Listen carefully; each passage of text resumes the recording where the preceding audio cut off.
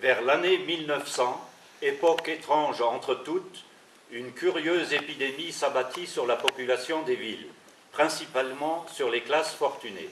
Les misérables atteints de ce mal prenaient soudain les mots les uns pour les autres, comme s'ils eussent puisé au hasard les paroles dans un sac.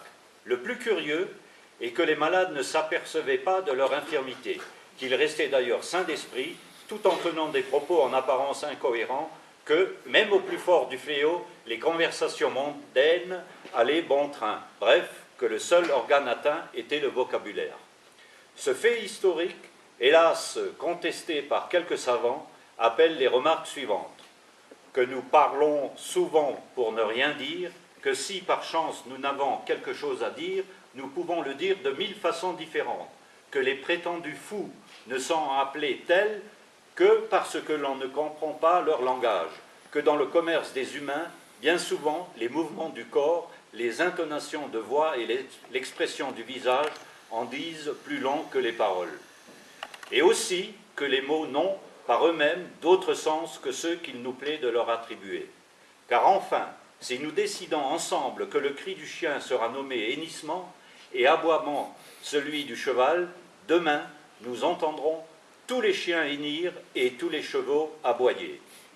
C'est à l'habileté des comédiens que nous remettons le soin de nous prouver ces quelques vérités, du reste bien connues, dans la petite scène que voici.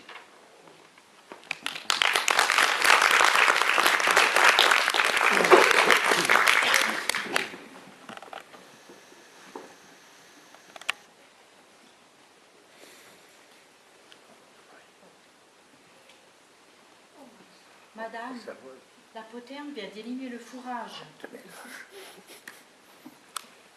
Citron, sourcil bien.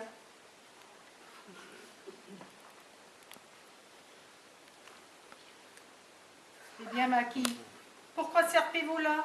Vous pouvez vidanger. C'est que, madame, c'est que quoi? C'est que je n'ai plus de pull en vert pour la crécelle.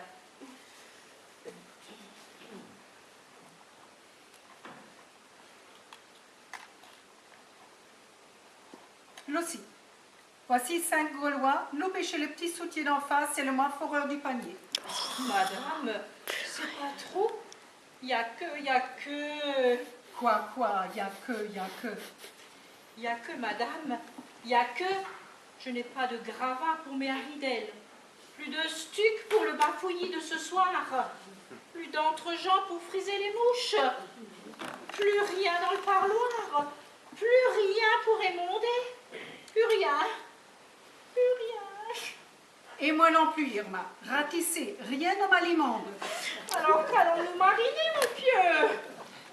Bonne qui, mon beurre, ne plumez pas. J'arrime le compte d'un croissant à l'autre. Il me doit plus de 500 crocus. Tant fieux s'il grogne à la godille, mais tant frit s'il mord au saupiquet. Et moi qui n'ai plus ni froc, ni gel pour la meulière, plus d'arpège pour les... Ça suffit. Je vous le plie et le replie. Le comte me doit des clients d'or. Pas plus large que demain. Nous fourrons dans les grands argousins, vous aurez tout ce qui clôt. Et maintenant, retournez à la basoche. Laissez-moi saoul, laissez-moi filer ce dormant. Allez, croupissez.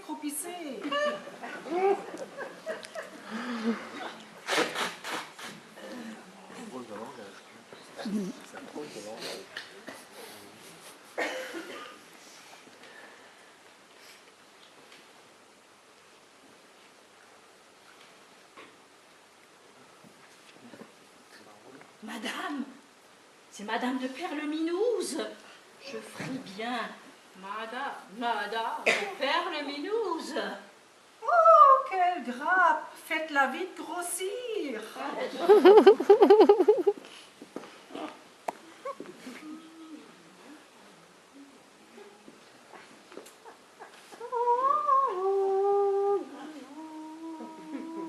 Madame la comtesse de Perleminouse.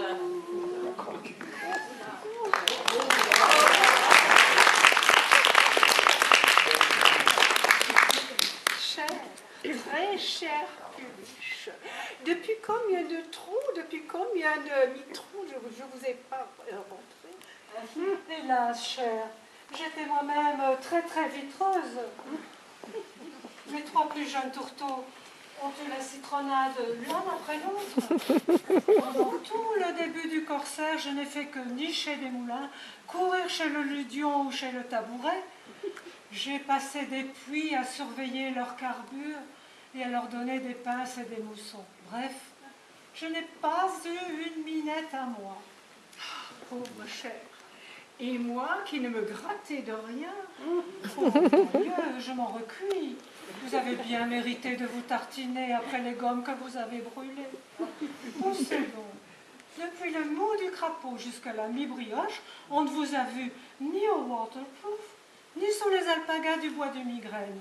Il fallait que vous fussiez vraiment gargarisé. Il est vrai. Oh, quelle ruse. Je ne puis y mouiller sans gravir. Alors, toujours pas de praline? Aucune. Pas même un grain de riflard? Pas un. Depuis, il n'a jamais daigné me répiquer. Depuis le flot, il m'a zébré. Quel ronfleur! Mais il fallait lui racler des flamèches. C'est ce que j'ai fait. J'ai lui raclé 4, 5, 6, peut-être en quelques mots. Jamais il n'a ramonné. Pauvre chère petite tisane.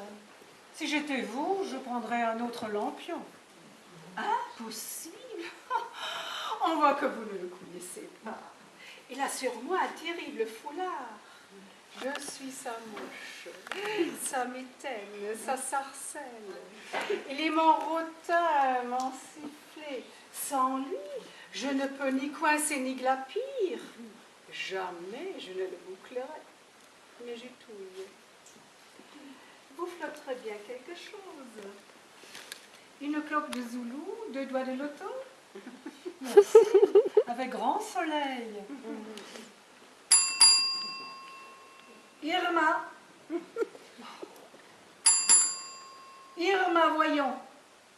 Oh, cette biche. Elle est courbe comme un tronc. Excusez-moi, il faut que j'aille à la basoche masquer cette pantoufle. Je radoube dans une minute.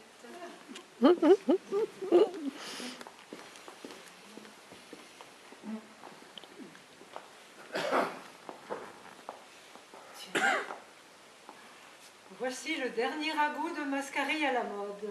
Voyons. Oh, celle-ci, qui est si to be or not to be. Les petites tours Eiffel ont des petits chiens qui, dans leur... Ma pitance. Vienne, mon zébu. Adalphonse, quoi, vous ici? Mais comment êtes-vous bardé? Mais par la douille. Et vous bardez souvent ici? Mais non, mon ami, ma palme, mon bison. J'espérais vous raviner. C'est Il pourquoi- suffit. Je grippe tout. C'était donc vous, le mystérieux sifflet dont elle était la mitaine et la sarcelle.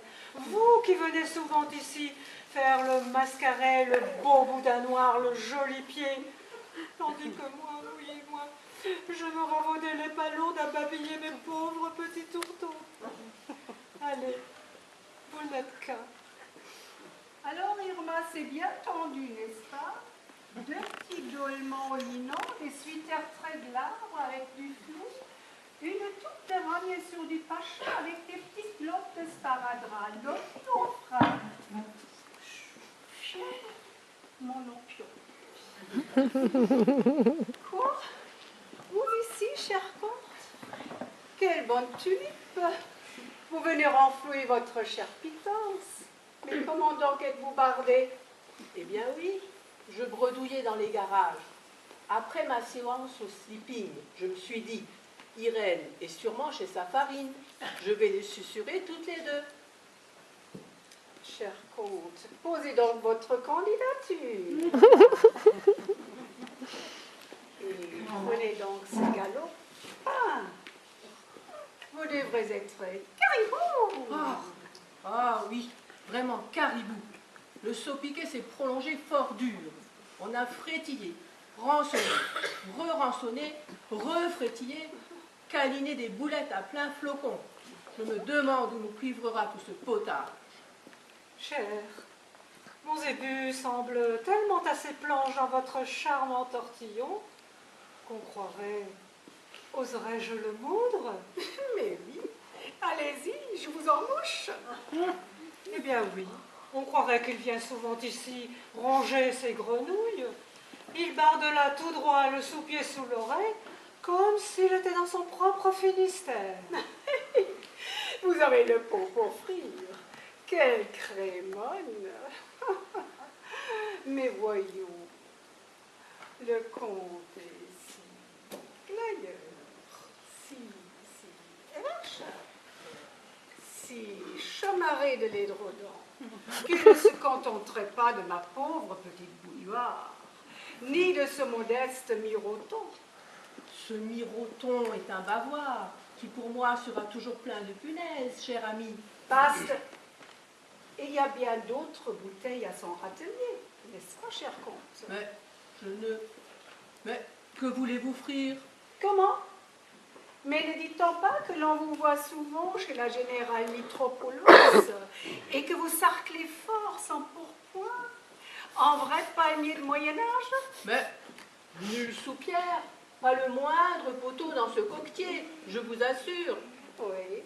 Et la peluche de Madame Berju, elle n'est pas toujours pendue à vos cloches? Mais, siroter, Tiens, je vois que vous brassez mon zébu mieux que moi-même. Bravo. Et si j'ajoutais mon grain de mil à ce toucan? Ah, mon cher, tel qui roule radit pervenche pèlerin. Et ne dois-je pas ajouter que l'on vous rencontre le sabre glissé dans les chambranles de la grande Fédora? oh ça, vous aussi ma cocarde. Il n'y a pas de cocarde, allez, on sait que vous paumez avec Lady Bretzel. Comment? Avec cette grande corniche? Ne serait-ce pas plutôt avec la baronne de Marmite? Comment? Avec cette petite bobèche? À votre place, monsieur, je préférais la vieille Popoff qui fait le lutin près du Pont-Bœuf. Mais c'est une transpiration, une vraie transpiration. Monsieur, vous n'êtes qu'un sautoir, Un fifre, un sarpolet, une ordure, un baldaquin, un panier plein de mythes, un ramasseur de quilles. un fourreur de pompons. Allez repiquer vos limandes et vos citronnelles. Allez jouer les escarpins sur la mandibule. Allez. C'est bon, je croupis. Je ne voudrais pas vous arrimer. Je vous présente mes garnitures. Je me débouche, je me lave. Madame et chère cheminée, ma douce patère, adieu. Et à ce soir.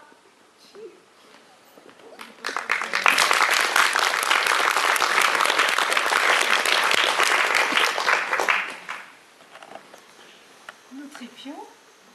Cher ami, nous allions tortiller. Tenez, voici justement Irma.